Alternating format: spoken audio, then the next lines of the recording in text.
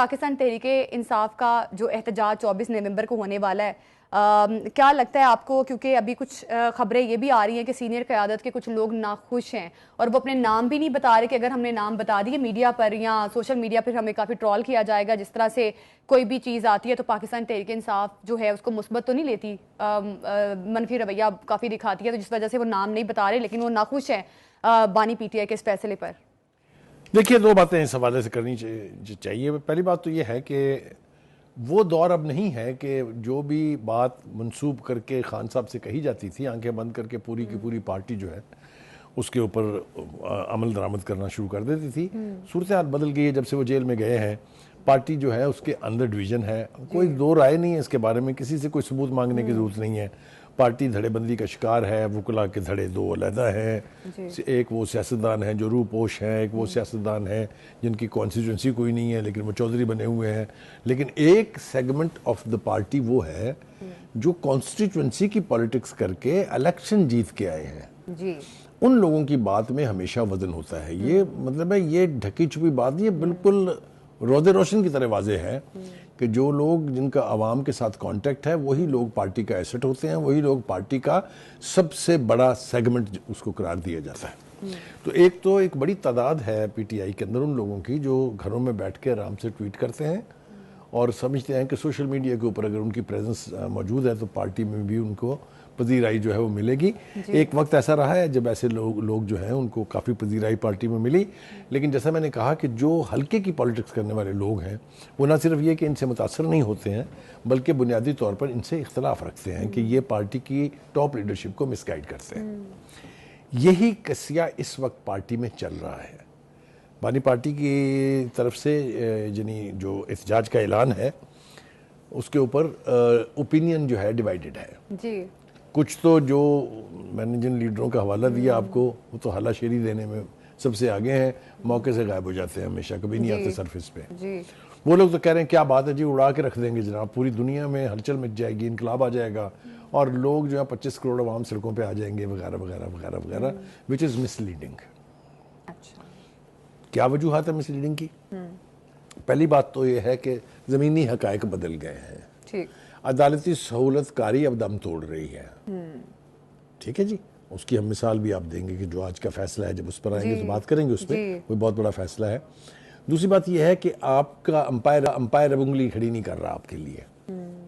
میرا حوالہ 2014 کا دھرنا ہے جب آپ نے کہا تھا کہ امپائر انگلی کھڑی کرے گا اور سب ٹھیک ہو جائے گا. نہ وہ امپائر ہے اب، نہ وہ انگلی ہے، نہ وہ کھڑی کرے گا. ٹھیک ہے، تو جب یہ دو بڑے ایلیمنٹ جو ان کی پالیٹکس کے تھے وہ جب مائنس ہیں تو اب انہیں میرے خیال سے زمینی حقائق کو سامنے رکھ کے فیصلے کرنے چاہیے. اگر وہ نہیں کریں گے تو پھر جو کچھ پہلے احتجاجوں کا حال ہو چکا ہے وہی اس کا بھی ہوگا. پارٹی کے اندر جو ڈیوائیڈڈ اوپینین ہے وہ یہ کہہ رہے ہیں کہ ہمیں ایک تو یہ سوچنا پڑے گا کہ لاجسٹکس کیا ہیں اس کے. اگر فرض کریں وہ کہتے ہیں کہ ہم 1000 بندہ بھی لے آتے ہیں، یہ پچھلے 3 4 5 پروگراموں سے ہم یہی رونا رو رہے ہیں نا کہ اگر گراؤنڈ ریالٹیز کو آپ مد نظر نہیں رکھیں گے آپ باؤنڈ ہیں غلط فیصلے کرنے کے، اور اگر آپ غلط فیصلے کریں گے تو اس احتجاج کا وہ برکس نکلے گا کہ کوئی سوچ بھی نہیں سکتا کہ پی ٹی آئی کے احتجاج میں اتنی ناکامی بھی ہو سکتی ہے. کیوں؟ دیکھیے، ہم فرض کر لیتے ہیں کہ 1000 آدمی لے کے آپ اسلام آباد پہنچ گئے.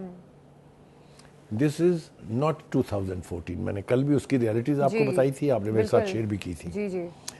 لہٰذا ان کے کھانے پینے کا کیا انتظام ہوگا، لاجسٹکس کیا ہوں گے، ٹوائلٹس کہاں بنیں گے، کون بنائے گا، کون فنڈ کرے گا، یہ بالکل ہوا میں ہے. اس کے بارے میں کوئی پلاننگ نہیں ہے، اس کے بارے میں کوئی چیز ابھی تک سامنے نہیں آئی ہے. اچھا بخاری صاحب، یہ جو آج پارٹی لیڈرشپ پہ کچھ لوگ باتیں کر رہے ہیں کہ احتجاج نہیں ہونا چاہیے اور لاجسٹک کیا بنیادیں ہیں، یہ تمام تر باتیں آپ کل کے شو میں بھی بتا چکے ہیں اور بالکل سیم وہی باتیں انہوں نے وہی پوائنٹس آگے رکھے ہیں کہ شاید اس طرح سے اپروپریٹ ماحول بھی نہیں ہے. دیکھیے، میرے خیال سے میں نے جیسے پہلے کہا کہ ان لوگوں کی بات کو پھینکنا نہیں چاہیے، اس کو سنجیدگی سے لینا چاہیے. اصل میں ہو کیا رہا ہے، جو پارٹی لیڈرشپ اس وقت خان صاحب سے کانٹیکٹ میں ہے، ان کے وکیل ملتے ہیں، ان کے دیگر جو لیڈرز ہیں وہ ملتے ہیں، وہ انہیں باہر کی صورتحال صحیح نہیں بتا رہے ہیں. میں نے جیسا کہا، میں بار بار کہہ رہا ہوں کہ گراؤنڈ ریالٹیز بدل گئی ہیں، اٹس اے فیکٹ. انہیں جب تک پوری صورتحال صحیح آپ نہیں بتائیں گے وہ صحیح فیصلے نہیں کر پاتے.